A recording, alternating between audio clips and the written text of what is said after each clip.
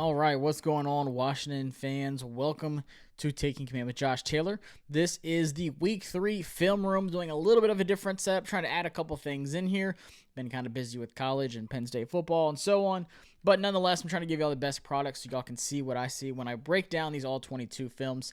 So let's get right to it. Obviously, a lot of bad on the offense. That's what I really want to start with, but I'm going to take a look at the offense, what went wrong. Of course, Benjamin St Juste, some other big plays. But the biggest thing was just how atrocious this offense was against the Eagles, who have a really good defense, by the way. But it just seems like they played this perfectly. I feel like both offense and defense is very predictable. But we'll talk about that. It was very hard to watch in person and even harder to rewatch this again. But nonetheless, you got to do it because that's what we do. So subscribe to the channel and let's get right to it. So this is beginning of the game. This is when Carson Wentz got sacked many of the 9 times on some of these drives. So first off, what I want you to pay attention to, and got a new little tool here. So here's the center, backup Schweitzer, and obviously here's Carson Wentz. Watch where these snaps are located and see how low these were. These are something that I noticed a ton of during the game, and then I got on Twitter, and it looked like a lot of other people saw the same thing. Obviously, Chase Roulier is not in the game. He's not who is used to, snapping the ball to Carson Wentz, even though Schweitzer had to fill in for Chase Roulier at OTAs and some of minicamp as well before the season. But still, I just want you to watch at how low these snaps were. And it was routinely. It wasn't like just 1 or 2, but just take a look. And Carson Wentz is a tall guy too, so that doesn't make it any easier. A lot of stuff out in shotgun. But nonetheless, just watch that first off. Look at that. Very low. It pretty much went to his right knee. And for me, that takes a lot away of Carson being able to keep his eyes up, which is so important for the quarterback position because everything is happening so fast. You need a smooth snap, preferably right to your chest, somewhere around there. You don't want it down here at your knees. You want it more up here to where you can still keep your eyes up so you can see what the defense is doing, which guys are open, and so on. But just right away, that's starting the play off on the wrong foot because Carson Wentz has to look and get the ball and then bring his eyes back up to the defense. Now, not making any excuses because look at this. First off, just starting out, clean pocket here. You have Josh Sweat. You've got Fletcher Cox. These are the two that really make the play here. But to start out, he has a clean pocket. Look at that. Now, it just seems like Carson was very hesitant, and the Eagles played this very closely on defense. They know that Carson Wentz and Scott Turner want to dink and dunk, get these short passes going to Curtis Samuel and Jahan Dotson down here, and just get that under game going early and get the run game going as well. They're not going to just throw it deep and be aggressive off the rip. They're going to let Carson get to Curtis Samuel and Jahan Dotson and Terry McLaurin and let them get some of these yak plays. So Philly knows that, and they have 4 at just about the exact same yard line, just kind of letting the play happen in front of them here. And they kept, they got Logan Thomas here. I want to say that's Curtis, maybe Terry, and then there's Jahan there. We'll get a better look coming up. But still, I just want you to look at Carson has the clean give here. I think this is where he really should have gave it to Logan Thomas, who's just cutting straight across. Obviously, you see the first down marker here. This is where the line of scrimmage is. That's a safe little 6-7 yard drop off. I'll take that all day long. But for some reason, Carson Wentz just second guesses. It's like he wanted this to open up. But then you've got this guy down here waiting on everything to develop. There's just a lot of traffic here. I would have liked that ball to be out of his hands into Logan Thomas already. Like, Logan Thomas should be catching it right now. Let him be the big athletic guy here on the outside. Get up here to get that first down as much as possible and get up that sideline. But if anything, it's like a 7-yard game. But for whatever reason, Carson Wentz second guesses. He's getting pressure here on the outside now. And he's got Sweat coming on the outside from his left. But what really blows this play up is Fletcher Cox getting on the inside of this and just causing Carson Wentz. And Carson's great at stepping up in the pocket. That's not the problem. It's that he's stepping up into Fletcher Cox. So let's take a look at it again. And Josh Sweat shows some great hands here, by the way. So, like I said, you see Fletcher Cox here pretty much has 2 guys, which Trey Turner himself, awful on Sunday. But watch how Sweat really attacks the hands of Charles Leno and really gets him off and turns his shoulders to where Josh Sweat can just go around him with ease pretty much. Boom. You see that rip? That's called a rip move. Ripping him down, pulling him, and he's well outside of Charles Leno now. He's not able to drop that foot back fast enough to regain and get that leverage on him. So this is where Carson knows that. And once again, Carson either has really good pocket awareness or he has really bad pocket awareness. But on this play, he knows he's coming, and he knows this guy's coming as well, which he shouldn't be with two guys on him. I would have really liked to see Turner help out with Fletcher Cox. This is Fletcher Cox. You know who this is. And he's just going to come up in the middle and not let Carson Wentz be able to step up in the pocket. And when he does, boom, he's there, brings him down. Like I said, one of the many sacks. The opportunities were there, but it just seems like one link goes down on the offense and the rest seem to tumble with it. The low snap, just right away, off to a bad start. Carson Wentz not taking that safe drop down to Logan Thomas, but then also him second guessing and just doubting. He just did not seem confident in the pocket. And of course, he steps up into a sack because he's getting pressured from the outside and the middle. So 3 things right there just on that play alone that really hurt the offense, because Carson had a great, safe little read on the drop down. All right, and of course, like I said, we're going to talk about Ben St Juste a good bit just because he looked really good. Honestly, didn't surprise me. I've always been high on Juice. I covered him at the Senior Bowl when he was coming out to the draft. I like how long and lengthy he is, very physical.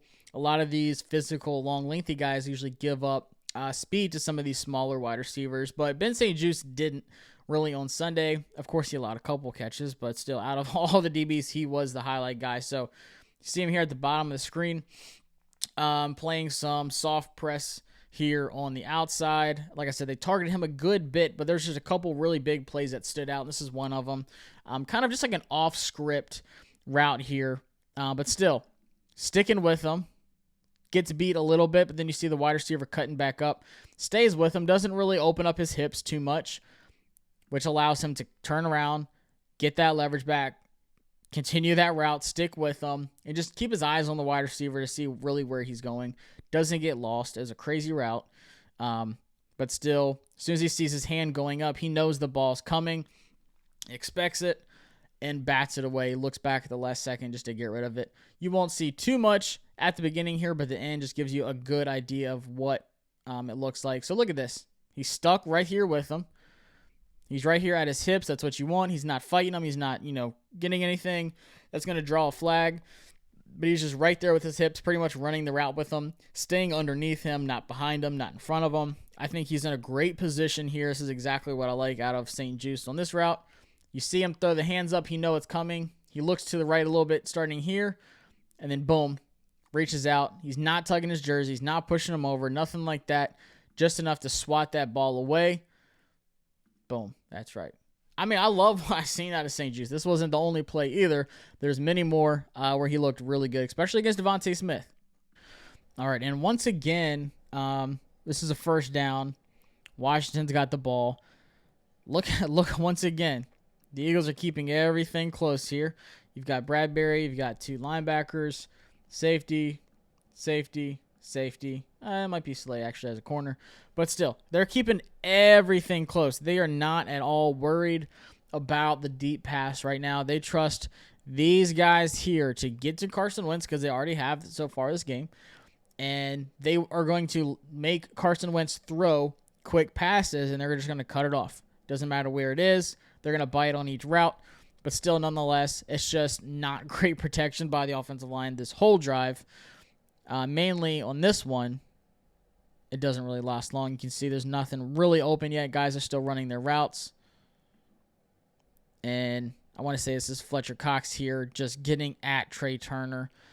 Yes, I would have loved for Carson Wentz to step over here, but he's trying to dump it off to Gibby here. He's just trying to get something here, something short. And of course, these guys are going to come shut it down. Still, it's going to be like a gain of 3, 4 maybe. But Carson Wentz is trying to get rid of it right now. He is winding up. He's starting his mechanics, but he has 0 time because Fletcher Cox is right in his face and pretty much sacks him with one arm and just towers over him. Trey Turner gets manhandled on this play. It just seemed like a constant theme. But just watch how he just plows him over. You have Reddick over here. You've got Jordan Davis here. Hargrave here. And it's just a bunch of dudes up front, honestly. And they embarrassed Washington's offensive line, especially in pass protection. It was just awful. So just watch this. Pushing through here, getting the leverage. I mean, you can see who's winning the battle already. He is completely off of his stance. Pushes him back, just walks him back. That's all Fletcher Cox needs is one arm to just wrap up Carson Wentz. And luckily, this one wasn't a fumble. Hassan Reddick was going for it, but it didn't happen. But still, there's nothing downfield yet because of the protection. I mean, the coverage that the Eagles were running. He was just trying to dump it off to Gibby, and he didn't even have time to do that. Doesn't matter if he's under center, in the gun, in the backfield, taking the snap. It just... everything was so off about the offense. There was no connection whatsoever. Very next play, same thing. Look at this coverage. Everyone's playing close. They are not scared of anything. They said, we know you are going to try to eat us up with these quick passes because that's what you do. And you're going to either try to get the running game going, and we're going to shut it down here, or we're going to try to stop those quick passes that we saw a lot of week 1 and 2 with Curtis Samuel, Jahan Dotson, Terry McLaurin, Logan Thomas, Gibson, J.D. McKissick. It's just short, chunk gain plays where it's just eating at, 5 yards here, 7 yards here, and so on.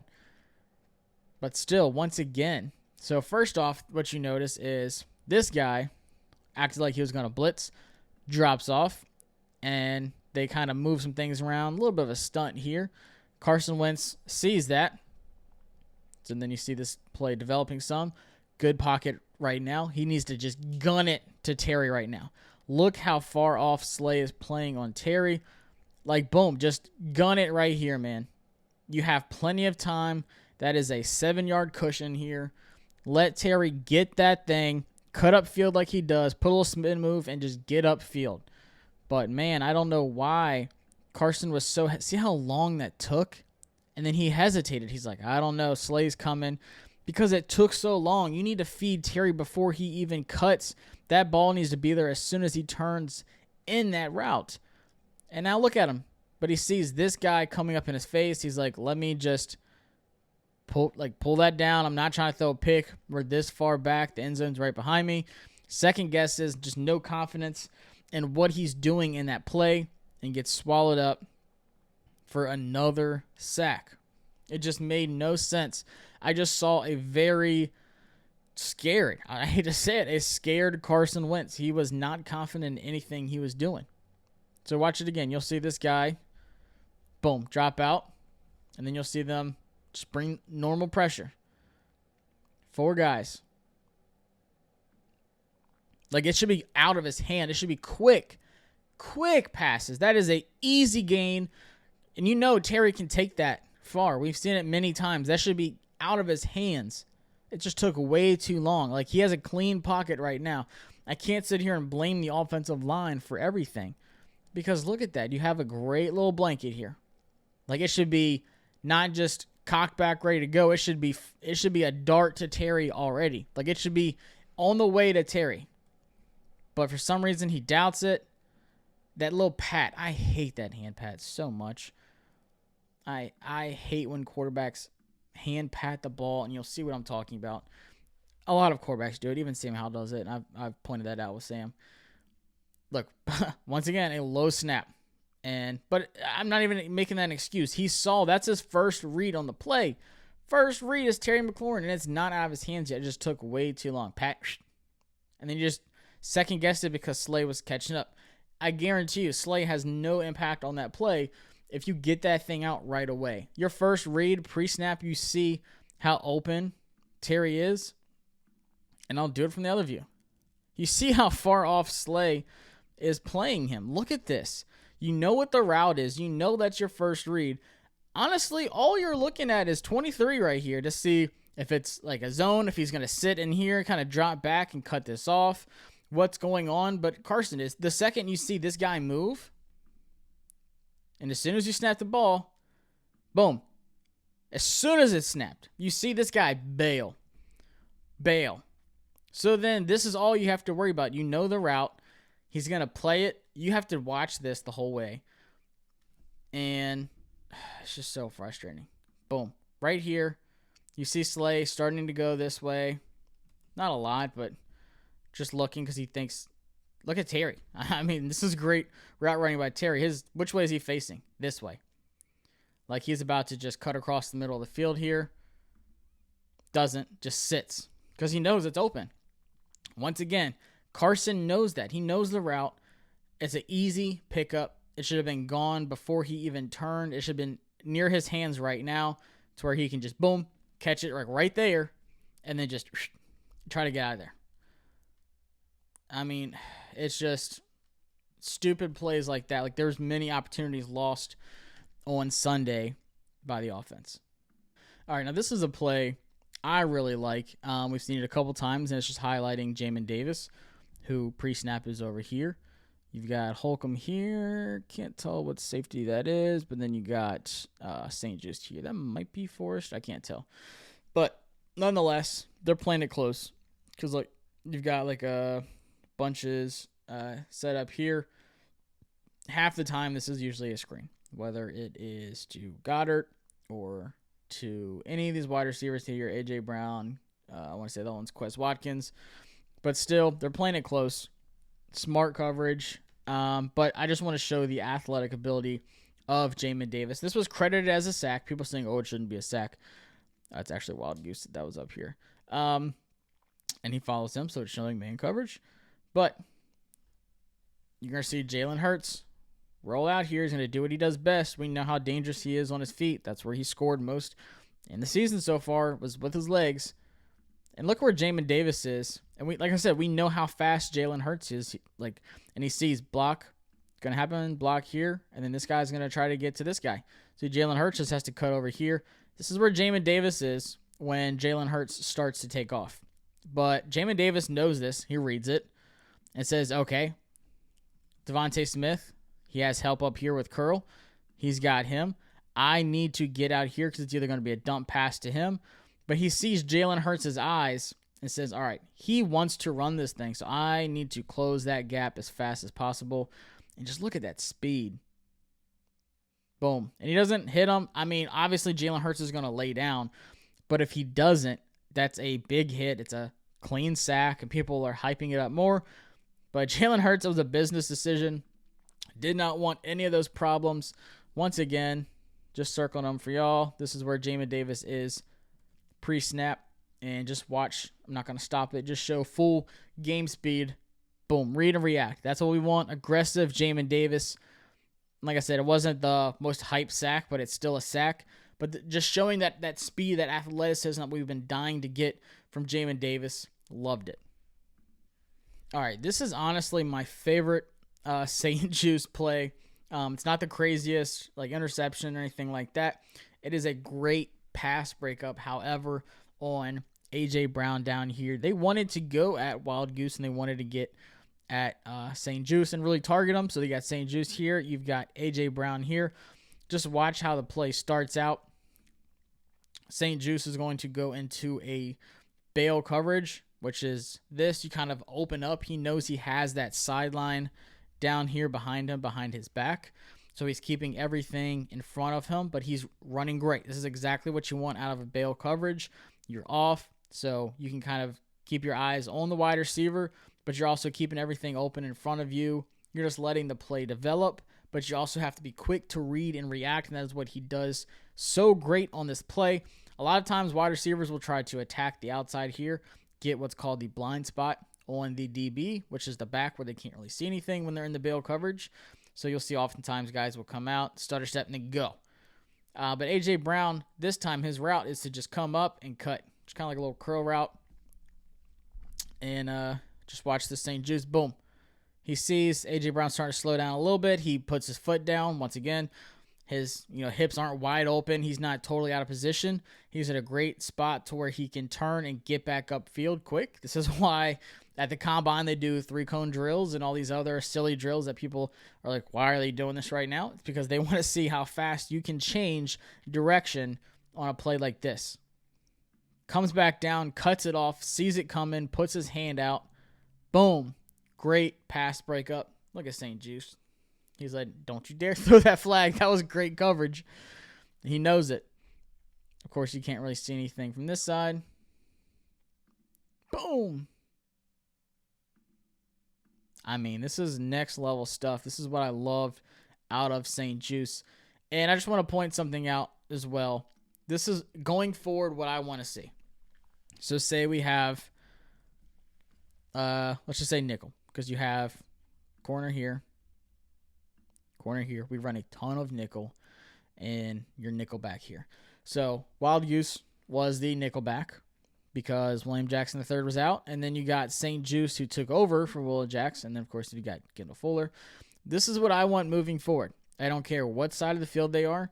I want to see in nickel, I want to see St. Juste on one side, William Jackson on one side. I would love to see Kendall Fuller back in that nickel slot. Or if you do a big package to where you have, let's say, 2 linebackers, and instead of a third nickel corner, say we play like big dime or something like that, and you have a 3 safety. So you have like Cam Curl, Bobby McCain, and let's just say Forrest. So let's say, and once again, I'm not the biggest fan of Bobby McCain, and I'll show you why. Maybe. We'll see. I've roasted him enough on Twitter. Kind of feel bad. Let's just say they have 2 corners, obviously the 2 linebackers, and 3 safeties instead. I want to see Ben St. Juste. I want to see William Jackson III. I want to see Kendall Fuller back at that free safety spot that he played a lot of at Kansas City when he was there. And then I want to see Cam Curl back up here as that Buffalo nickel, which we saw a good bit of last year, and then Derek Forrest over here. I think that's a great rotation. What the heck? Let's see what you get out of it. I'm sick and tired of Bobby McCain. I have not seen one good thing out of Bobby McCain. I can only remember like 1 interception he's had since he's gotten here, and I can remember more dropped interceptions than anything. But still, nickel, give me St. Juste, William Jackson, Kendall Fuller in the slot, and then either you can put Bobby McCain in here this time, and Curl, or you can even rotate it, Forrest, Curl. I don't know if Forrest can work as a free safety. If anything, rotate, fresh legs, Forrest in over Curl on a couple of different reps, and you can switch it up, those 2. But then big nickel all day, give me St. Juste, William Jackson, Cam Curl in Buffalo, Kendall Fuller, free safety, and then Derek Forrest, a strong safety. That is what I would really like to see moving forward. Will we get it? Probably not. All right, back to St. Juste. I'll just show one more play. This is the big air quotes catch by Devontae Smith. And everyone knows I love Devontae Smith. I'm an Alabama guy, even though I cover Penn State. I love Devontae Smith, the Slim Reaper. That's him. St. Juste down here playing off. I mean, it's a good 7, 8, almost 8-yard cushion off. So he's playing off coverage. But I just want you to watch how great St. Juste is in coverage this whole time. Like, I will take this all day long. I'm not even going to stop it. Just full speed. Backtrack in. Boom. Turns. Gets up. Great recovery. Sticks with him. And Devontae Smith, I don't think he caught it. But regardless, I will take that 10 out of 10 times. If that's what you're forcing your wide receiver that you're covering to have to do to make these kind of crazy catches, which once again, I don't think his left foot touched. I think just his right one did. That is fine with me. I will take that all day long. I'm not mad at St. Juste at all in that play. One more time, full speed at the bottom. Watch, boom, reacts, gets upfield. Much smaller guy is Devontae Smith. And he's stuck with him. Like I said, forces him to make an insane catch. If it even was a catch, which we'll never know because Ron Rivera pulled the flag out way too late. But still, I will take that all day long by St. Juste. Not mad at that at all. People are like, oh, we gave up a big catch to Devontae Smith. I could care less about that one because if it's Kendall Fuller, which we've seen later on in the game, it's terrible coverage. Devontae Smith has a way better chance of catching the ball against Kendall Fuller than he did St. Juste. So at the end of the day, not mad at all about that. I'll take that all day long by St. Juste. All right, I lied. I said one more St. Juste, but this is the pass breakup in the end zone on Devontae Smith, and it was just too pretty not to. I just want to point out one thing. Del Rio, do not ever, ever, ever again send Bobby McCain here on a blitz. It is the most useless thing I've ever seen in my life. which is even more useless than him in coverage. But still, just watch, if you want to, watch how awful this blitz is. He has zero impact against this left tackle, by the way. But this is where the real magic happens. St. Juste playing a little press on Devontae Smith, which is what I like. This is where Smith's going to come out, run a little inside post there to try to catch it in the end zone. But St. Juste just plays great lockdown coverage. Watch this. Oh, okay. Smith, little quick release to the outside, little single move. He got to the outside of Juste, and he wants to cut it up, stay on the outside, and then when he cuts up here, he wants to be inside of St. Juste, but Juste rotates, stays with him, stays hip to hip, does not get caught up in this. That's another thing. Goddard really wanted to kind of confuse this traffic here and get things to where St. Juste can't stick with Devontae Smith because they saw the Lions do it a bunch, and it worked. But this time, St. Juste sticks with it, stays hip to hip, throw that hand up, young man. Boom! Patted that thing out of there. Love that coverage. It does not get any better than that. Once again, you can't really see anything here except Bobby McKean getting shut down. Look at this. You might as well just left him in coverage. Zero effect. But pass breakup. Look at that. One hand, not on the wide receiver, like tugging him or anything, but just keeping him in distance. He's not interfering anything. Looks back, bats that ball last second. Perfect coverage. Like, it does not get any better than that. I love what I saw out of St. Juste. All right, and back to the offense. So you'll see here he's in the backfield with Gibby. Once again, Eagles playing everything super tight here in the middle and the second level with the linebackers. You've got your two safeties over here. You've got Slay. It's a great play design, and you'll see how it kind of opens up in the middle here with a lot of crossing routes. But Carson Wentz, once again, no confidence in the pocket as the play develops. Steps in like he's supposed to, but just mentally in his mind, it just was not there for him. So you'll see the play develop. Once again, a lot of traffic here in the middle, about that 35-yard line. Pressure is starting to come, but you have things underneath. This guy here is going to, I think it's Gibby, is going to come out here and really take this linebacker, I want to say that's White, out of the equation to where this is opened up, which is great because this guy is concerned with him.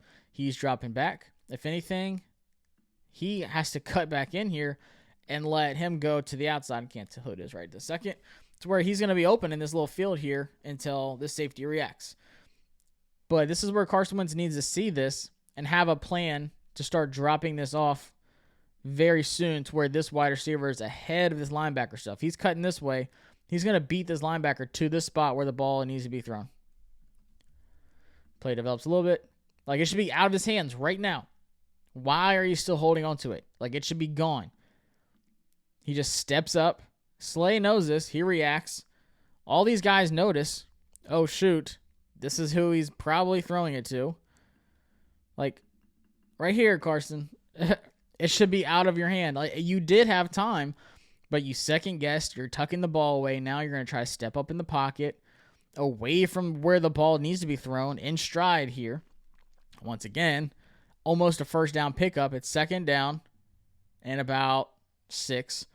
It's at least a 4-yard gain if he catches it and gets to like here. But second guess this, steps up in the pocket. Now you have nothing. The play is completely shut down. Everyone's covered unless you can just somehow regroup yourself and throw it. I want to say it's Terry here on the outside, but it's not a very likely pass. Because look at you. You're running for your life. Ball pops out.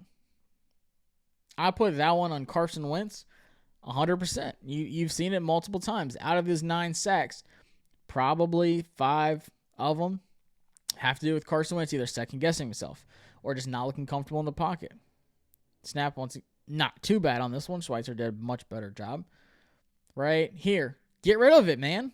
What are you doing? The play design is to have Gibson come out on the outside here and free up this guy. Because this linebacker has to hold his ground and make sure Gibson does not get on the outside.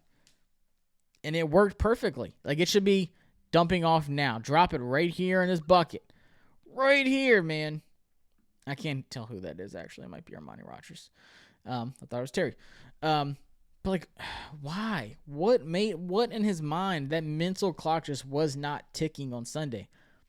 Your offensive line's been struggling all day, but I'm not blaming them at all in this play.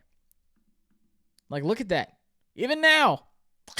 Even now. Like, I don't know. It doesn't even look like he's looking at him, really. It looks like he's looking more that way than where he should be looking and dropping it off right here for an easy gain. But he doesn't. And then Hargrave reaching for him. So he's got to step up. But by this time, there's nothing. I mean, if anything, run forward instead of trying to loop back around. And then it's a fumble. It's just crazy boneheaded plays by Carson that absolutely drove me nuts. So that's the two things I really wanted to highlight, was why the offense was bad, why St. Juste looked so good, and how I really want the defense to look moving forward. Nothing really too crazy to look at the rest of the game, but still, it was an ugly game. Was there opportunities to open stuff up? Yes, but I really think that the Eagles' defensive coordinator and just defense in general had a great game plan coming in, shut down those quick throws. But even so, there were still things open for Carson, just did not take it, second-guessed himself. We have to see a much more confident Carson against the Cowboys, who are going to bring the heat, of course. But I really appreciate y'all checking out this video. Hope y'all enjoyed. Drop what you think in the comments. Like I said, subscribe to the channel. Going to be doing more of this. Hope y'all like this layout a little bit more than the other one, where I'm going to be drawing on the screen and stuff like that. Try to just break things down and what's going wrong. Is the offensive line bad? Yes, but there was still opportunities for Carson. We need to get him going back like that week 1 game where he bounced back from that awful interception and started putting these big drives together and throwing, dimes to Terry McLaurin and Jahan Dotson. Get that confidence back and going. And I just don't see it right now, and I really just think that he's not comfortable in that pocket. But still, like I said, appreciate y'all checking it out, and stay tuned for the Week 4 one and some more content on the channel. Peace.